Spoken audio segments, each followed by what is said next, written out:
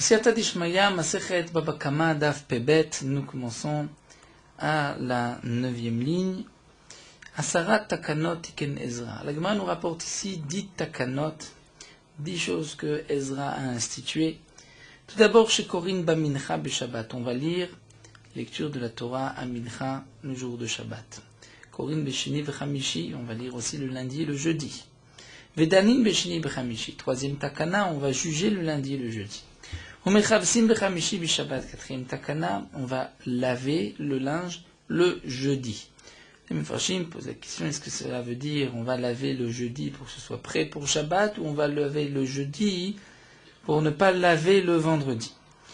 C'est une question dans les poskim. Veochlim shum berev Shabbat, on va manger de l'ail veille de Shabbat. Veshete isha mashkemet veofa, une femme doit se lever tôt et faire cuire son pain. Veshete isha chogeret besinar, une femme doit s'habiller, mettre une sorte de sina que Rachid traduit comme étant des petits michnasem ktanim, comme les sous-vêtements.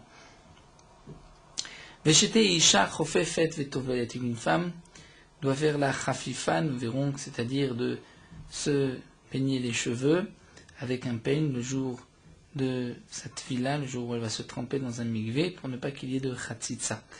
Une autre takana, shiurochlim marzirim bayarot, que les colporteurs qui vont vendre des parfums vont pouvoir faire le tour des villes, vetiken tefila le baal kerian, et aussi instituer une tefila pour tout celui qui était baal keri, qui avait eu une perte séminale, une perte nocturne.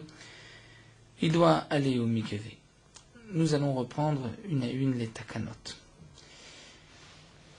La Gemara nous dit, Shiukorim Bamincha Beshabbat, pourquoi Ezra a-t-il institué que l'on doit lire à Mincha le jour de Shabbat? Mishum Yoshve Keranot, parce qu'il y a des Yoshve Keranot, des gens qui sont assis dans les coins, c'est-à-dire des gens qui travaillent, qui ont des magasins toute la semaine, ils sont occupés à leur travail, et ils ne peuvent pas lire le lundi et le jeudi. Donc les Khamim ont institué pour eux une lecture aussi en plus, une lecture le Shabbat après-midi. Shukurim Beshini Bechamishi, Ezra a institué qu'on va lire le lundi et jeudi, demande Agma Ezra Tiken, est-ce que c'est Ezra qui a institué? Vamikara Vemitakne, c'était déjà une takana qui était bien avant Ezra, des Tanya, comme c'est marqué dans le Passouk. Vayilchu Shloshet Yamim Bamidbar Velo Matsumaim, les Bnei Israël ont marché 3 jours dans le désert, ils n'ont pas trouvé d'eau. Dorsher et Shumot, ceux qui expliquent les psukim, Amrou ont expliqué, on dit En Maim la Torah. Que signifie n'ont pas trouvé d'eau, c'est-à-dire qu'ils n'avaient pas de Torah. Shinema, comme c'est marqué dans le Passouk, nous avons un Passouk qui dit Hoy kol tzameh lechu lamaim. Tout celui qui a soif qui va se tourner vers l'eau. Bien sûr, celui qui a soif va boire de l'eau, c'est-à-dire tout celui qui a soif de Torah va chercher Maim la Torah. Kevan shalchu shoshet yamim belo Torah, puisqu'ils ont été 3 jours sans Torah, nil où ils se sont fatigués. Amdun nivim shebaem. Les prophètes qui se trouvaient parmi eux se sont levés, Vetiknu lahem, ont institué Shiu Korim, Beshabbat. Les Israël vont lire le jour de Shabbat, ou Mafsikim Bechad Beshabbat, on va s'arrêter le dimanche. Vekorim Besheni, on lit le lundi, ou Mafsikim Shlishi Verevi, on s'arrête mardi et mercredi. Vekorim Bachamishi, on va lire le jeudi, ou Mafsikim Erev Shabbat, on s'arrête vendredi. Et on lira le Shabbat, Kedé Shelo Yalinu Shel Hashemim Belo Torah, pour ne pas qu'il y ait 3 jours sans Torah. C'est vrai que Tosfot pose la question, mais alors pourquoi lundi et jeudi? On aurait pu aussi trouver 3 jours sans Torah. En disant par exemple, on aurait pu dire au lieu de lundi, on pourrait dire mardi et jeudi par exemple, puisque nous voyons qu'une fois il y a un jour d'intervalle et parfois on se retrouve avec 2 jours d'intervalle. Donc 2 jours, on aurait pu les placer différemment, et Tosfot répond parce que dans le Midrash c'est marqué que Moshe Rabbeinu est monté un jeudi pour recevoir le 2e Luchot, il est descendu un lundi. Et donc ce sont des jours de Ratzon, puisque Moshe Rabbeinu est monté et descendu ce jour-là, c'est pour cela qu'on a institué le lundi et le jeudi, c'est pour cela aussi nous dit Tosfot que lorsqu'on jeûne, on jeûne le lundi et le jeudi. Donc si c'est ainsi, la takana de lire à la Torah était donc antérieure à Ezra. Comment se fait-il que dans la Braïta ce soit marqué que lire à la Torah lundi et jeudi, ce soit une takana de Ezra? La Gemara répond, Mikarat tiknu chad gavra, c'est-à-dire au début, ils avaient institué qu'une seule personne va lire tlate psuké, 3 psukim. Ou bien on peut dire, ils n'avaient tlate gavre, tlate psuké. Que 3 personnes vont lire 3 psukim, keneget kwanim levim vi israélim, Keneged, en correspondance au Kohanim Léviim Israël. Mais Atehu, lui, Ezra est venu, Tikent, la Tegavre, Vasara Psuke, lui a institué 3 personnes qui vont monter, et 10 Psukim, Keneged, Asara Batlanim, en correspondance aux 10 personnes Batlanim, que nous connaissons de Masechet Megillah, les fameux Asara Batlanim, c'est-à-dire ce sont des hommes, Rachid le dit Chéri, qui ne travaillent pas, qui sont occupés aux besoins de la communauté, pour qu'il puisse y avoir toujours un minyan dans la synagogue. Donc ils étaient destinés à rester dans la synagogue pour pouvoir servir à n'importe quel moment de minyan, et ils recevaient leur parnassa de la communauté. Donc Asara Psukim en correspondance à Asara Batlanim. Danim Beshni Bechamishi, on va juger le lundi et le jeudi, des Shriché d'Atul Mikra Besifra, étant donné que les ministres étaient courants, ils rentraient dans les villes pour pouvoir lire dans le Sefer Torah. Tosfot pose la question, mais pourtant dans la Gemara, on voit qu'avant la Takana, le Bedin siégeait tous les jours. Donc qu'est-ce que Tiken Ezra? Est-ce que Ezra n'a institué qu'on ne lisait que le lundi, qu'on ne siégeait que le lundi et jeudi? Et Rabbi Natan nous dit que non. Au départ, il n'était pas fixe dans chaque ville. Lire seulement dans une ville. Et lui a institué que dans chaque ville, ce soit lundi et jeudi. Il y a d'autres Mefarshim, d'autres Rishonim qui répondent qu'au départ, les Dayanim étaient là. Si on venait les réclamer en jugement, donc ils devaient s'asseoir pour juger. La takana de lundi et jeudi, c'est de dire non, de toutes les manières, ils vont siéger au tribunal. Un autre din, Shiu Mechabsim Bechamishi Beshabbat, nous avons vu qu'on devait une des takanot de laver le jeudi, Mishum Kvod Shabbat pour l'honneur du Shabbat. Donc qu'est-ce que l'honneur du Shabbat? Nous avons dit, on peut comprendre de deux manières, ou bien pour que les habits soient prêts pour Shabbat, ou bien pour qu'on puisse avoir du temps vendredi pour préparer Shabbat. Veshiu Ochlim Shum Berev Shabbat, il institue qu'on mange de l'ail veille de Shabbat, Mishum Ona, puisque c'est la mitzvah de Ona, d'annulation conjugale, et le Shum permet d'avoir plus de zera, nous rappelle Rachid, nous allons voir tout de suite dans la Gemara, c'est-à-dire augmente le shum, l'ail augmente le liquide séminal. Dirtiv, comme c'est marqué, Asher Pirio Yiten Beito, que son fruit va donner en son temps, Amar Yuda Betemar Avnachman, Betemar Avkana, Betemar Rabbi Yochanan, Zam Shamesh Mitatum Mev Shabbat Lerev Shabbat, c'est celui qui est de relation conjugale du vendredi au vendredi. Tanu Rabbanan, Agman nous rapporte une braïta Chamisha Dvarim Neemru Beshum. Il y a 5 choses qui ont été rapportées à propos de l'ail. Masbiya, il rassasie. Mashrin, Rashi explique, il réchauffe le corps. Matzil Panim, il éclaire le visage. Marbe Azera, il augmente le liquide séminal. Vore Kinim, il tue les poux, les bêtes. Shibne Maim se trouvent dans les intestins. Vieshomrim, d'après certains, Machnis Ahava ou Motzi et Takina. Il fait rentrer l'amour, il enlève et Takina la jalousie. Pourquoi nous dit Rashi, il amène la Ahava? Parce qu'il réjouit le cœur. Une autre takana, v'shte isha mashkemet vofak v'shte pat mutzel aniim. La femme de son métaux et faire cuire son pain pour que le pain soit prêt pour les pauvres au petit matin. V'shte isha chogiret besinar, une femme doit donc s'habiller d'un sinar, de sous-vêtement, mishum tsniuta, par raison de tsniut. V'shte isha chofefet vetovelet. Et la Gemara aussi des takanot que la femme devait prendre un peigne et se peigner les cheveux avant de se tremper. Mais demande la Gemara de Horaïta, ça c'est une nachamina Torah, les Tanya, c'est marqué verachatz et besaro bamaim. La personne qui se trempe doit se tremper, sécher son corps dans de l'eau. Et on apprend chez lui d'avoir chotzetz ben besaro bamaim, il ne doit pas y avoir d'écran, chose qui fasse écran entre sa peau et l'eau. Et besaro, puisque c'est marqué verachatz et besaro, on apprend de là et atafel les besaro. Même ce qui est secondaire au Bessaro, il faut aussi qu'il n'y ait pas de Khatsitsa. Ou Maïniou, de quoi il s'agit, c'est art des cheveux, des poils, il ne doit pas y avoir de Khatsitsa. Donc en vérité, se peigner les cheveux, c'est une Anacha Minatora. Amre Lagma répondant, de Horaïta Liyune. Minatora, l'obligation c'est de regarder ses cheveux, d'Ilma Miktar, de peur qu'il y a des nœuds. Il n'a même Maous Midé, peut-être qu'il va y avoir une saleté. Et donc le problème serait Mishum Khatsitsa de Khatsitsa. Ve'ate, ou alors que Ezra lui est venu, Tiken Khafifa, a institué d'utiliser un peigne, et ça c'est donc pour aller même être marik, pour être sûr qu'il n'y ait vraiment pas de Khatsitsa, pas de nœud. Une autre takana, Shur Rochlim Marzrim Bayarot, Mishum Tachshite Nashim.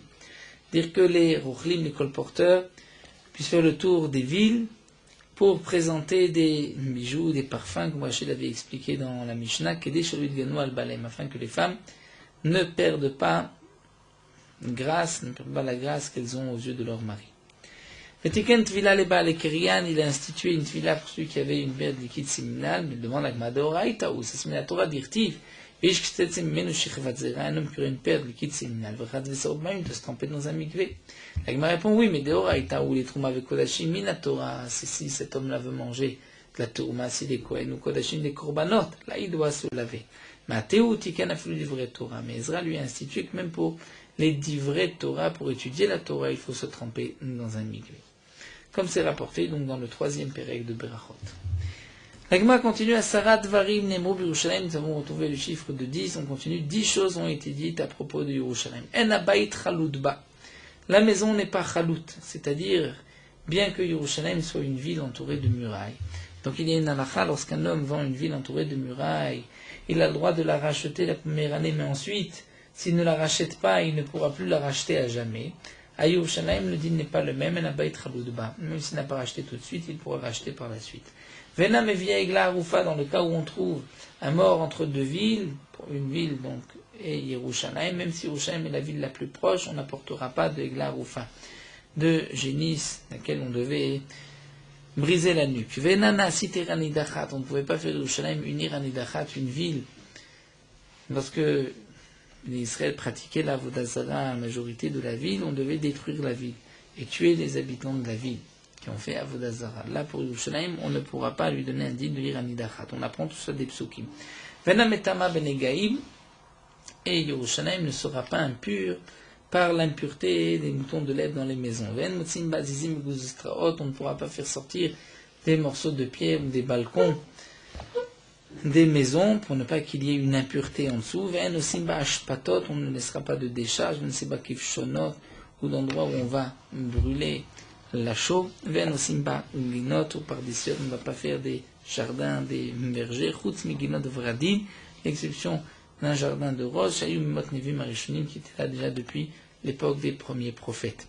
Ven megadlim batar negolim Yerushalayim, on ne pourra pas faire de l'élevage de poules, ven malinim baitamet, et on ne laissera pas un mort passer la nuit, on devra l'enterrer immédiatement. Donc nous allons voir quelle est la raison de chaque din. En abayit chaloutba, la maison de Yerushalayim, même si une ville entourée de murailles, lorsqu'un homme l'a vendue, ne l'a pas racheté, il n'a pas perdu sa maison. Dirtiv, c'est marqué Vekama abayit asher lo choma latzmitut la konot dorota. C'est-à-dire cette maison qui a une muraille sera à jamais pour celui qui l'a acheté. Kassavar, mais Tana de la Braïta pense on traka Yerushalayim la Shavatim, que Yerushalayim n'a pas été partagé entre les tribus. Donc puisque Yerushalayim n'a pas été partagé entre les tribus, donc on ne peut pas dire que cet homme-là l'a acheté de tel ou de tel, puisqu'il n'y avait pas de propriétaire particulier. Vena mevia egla arufa, elle n'apportait pas donc de egla arufa. Dirtiv, c'est marqué qu'il m'a halal ba'adama, Hashem lekecha noten lecha lerishta. Lorsqu'on trouvait un corps dans la terre, Kadosh Baruch Hu t'a donné en héritage. Mais Yerushalayim non nitral kala shvatim. Yerushalayim n'avait pas été partagé en tribus, donc il n'y avait pas de lerishta. Fenanasit iranidachat, elle n'était pas iranidachat, une ville. On ne pouvait pas la condamner comme une ville qui a fait Avodah Zara, dirti, puisque c'est marqué dans le Passouk à propos de Iranidachat, qui tishma be'achat arecha, dans une de tes villes. Et Rachid nous explique arecha, c'est-à-dire tu sais à qui appartient la ville. Yerushalayim, comme nous l'avons vu, n'était pas l'onetralka, Yerushalayim netralka la shavatim. Vena metama ben negaim, il n'y a pas l'impureté de negaim de l'aide, dirtiv, c'est marqué benatati negatsarat bebet eretz achuzatrem, dans la terre que vous allez hériter. Et Yerushalayim netralka shvatim, il n'y avait pas d'héritage, elle appartenait à tous les shvatim Yerushalayim. Ven motzim bazim guzustraot, on ne fera pas sortir des morceaux de pierre des balcons, mais pne oel atuma, pour ne pas qu'il y ait un oel atuma, c'est-à-dire s'il y a une touma en dessous de cet endroit, tout celui qui passera sera aussi impur. Donc on ne voulait pas Yerushalayim multiplier l'impureté.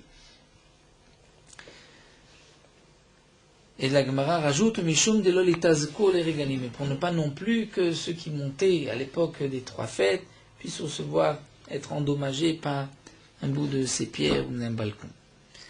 Ve'en osim ba'ashpatot, on ne faisait pas non plus de décharge, mishum shkatzin, parce qu'il y avait des reptiles qui pouvaient ensuite communiquer l'impureté.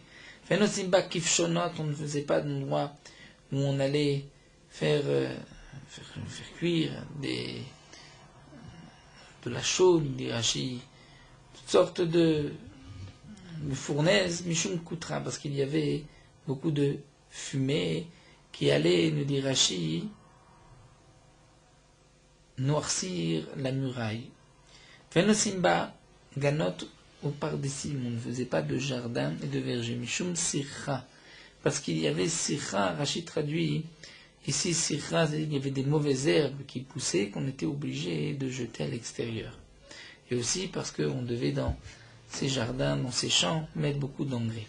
Vemegadlim batar negolim, on ne fait pas faire de l'élevage de poules, Mishum Kodashim, comme nous avons vu plus haut à cause des Kodashim, puisque on risquait ensuite, les poules risquaient de déplacer, de trouver un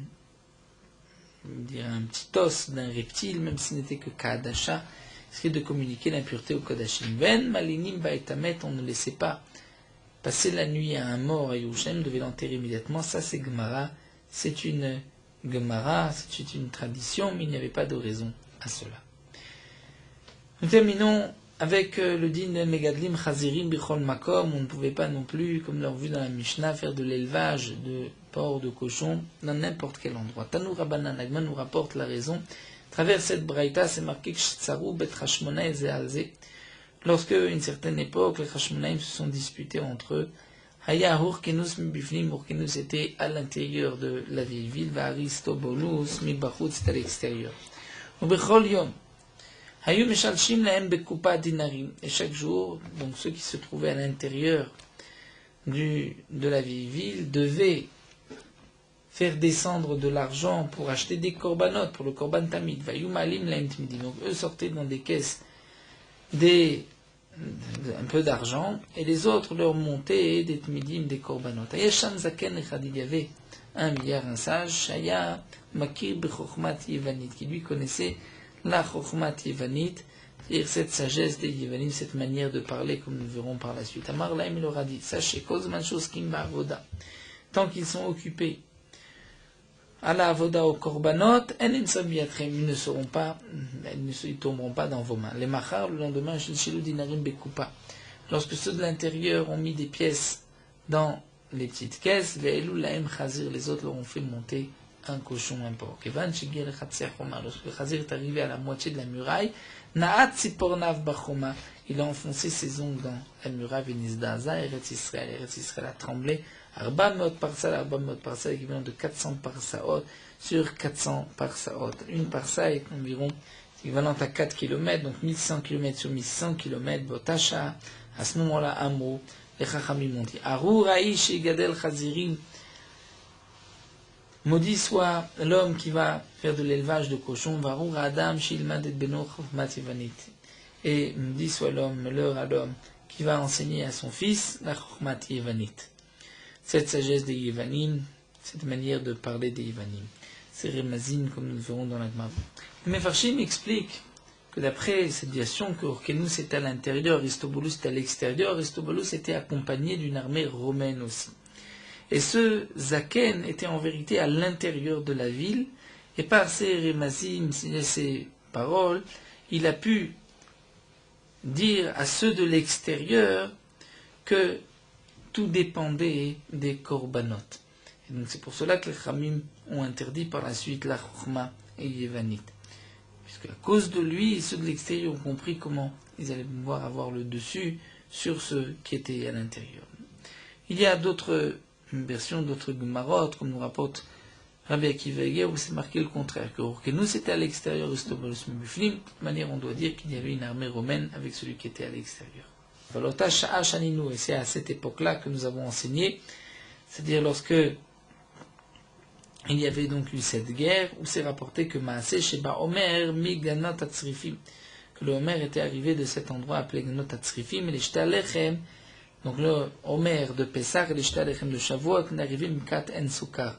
C'est-à-dire, nous explique Rashi, que le Omer, qui normalement était apporté de l'endroit le plus proche du Yerushalayim, cette fois-ci, n'ont été amenés que de cet endroit qui était loin du Yerushalayim, puisque ceux qui attaquaient la vieille ville avaient détruit toutes les récoltes autour de la vieille ville. Voilà, nous nous arrêtons là, on reprendra avec la Chokhma et Yevanit, que la Gemara définira, Bezrat Hashem. Nous terminons avec Meorot HaHalacha, Daf Pebet, aujourd'hui nous avons eu un daf assez facile. Meorot Halacha, daf Pebet, concernant l'interdiction de Hasagat Gvul Reu, c'est-à-dire un homme qui va prendre de force une partie du domaine de son prochain. Il va prendre une partie du terrain de son prochain dans son terrain. Par exemple, il va déplacer la muraille, déplacer la clôture. Même s'il va prendre un tout petit peu, il est appelé un voleur. Et si son voisin n'est pas au courant, c'est un ganav, donc ou bien gazlan, ouvertement au ganav. Celui qui agira ainsi en Eretz Israël, à part l'interdiction de l'otigzol, l'otignov, transgressera aussi le tasig gvul reacha, shel gavlu rishonim nachalatra shatincha, l'interdiction de déplacer la muraille que les premiers, c'est-à-dire les limites que les premiers avaient décidées pour chacun. Et cela fait partie aussi de la malédiction de la Torah, Arur Masig Gvul Re'eu. Certains disent que même celui qui est Masig Gvul en Chutz La'aretz fait partie de cette malédiction. Voler, que ce soit ouvertement ou en cachette, cette Avera fait partie des mitzvot, des commandements sérieux qu'on peut comprendre tout seul, que même les nations peuvent comprendre sans Torah. Mais il faut savoir que les Gdarim, qu'est-ce qui est appelé le vol, le Hamas, n'est pas fixé en fonction de ce que l'homme pense que c'est du vol, mais ce que la Torah pense que c'est du vol. Bien que c'est sikhlim, on va dire, mais la mitzvah de la Torah de voler, c'est ce que je comprends. Mais non, c'est ce que la Torah définit. Tout ce qui est négé la Torah, c'est du gezel. Même si, dans les sentiments, on n'est pas tous d'accord, malgré tout, si d'après la Torah, c'est gezel, c'est gezel. Si ce n'est pas gezel, ce n'est pas gezel, même si c'est le contraire de la pensée humaine. Dans la Mishnah, nous avons vu que Rabbi Shimon ben Rabbi a dit, c'est marqué Rak Chazak et Bilti Achol Adam, fais attention de ne pas manger le sang. Afin que Kadosh Baruch Hu fasse du bien à toi et à tes enfants après toi. Et on dit, c'est déjà le sang. Où un homme n'a pas d'attirance pour consommer du sang, et pourtant celui qui s'en sépare recevra une récompense. Donc le vol et les relations interdites, au contraire, un homme est attiré par cela. Celui qui va s'en éloigner, à plus forte raison qu'il méritera lui, ses enfants et ses petits-enfants, et toute sa descendance jusqu'à la fin des générations du Tov, Lema Nitav Lecha, puisque c'est déjà pour quelque chose qui nous est facile de se retirer, de ne pas transgresser la Torah, dit Lema Nitav Lecha, à plus forte raison pour ce qui sera difficile, où on s'est forcé à se séparer de la Havera. Voilà, nous arrêtons là.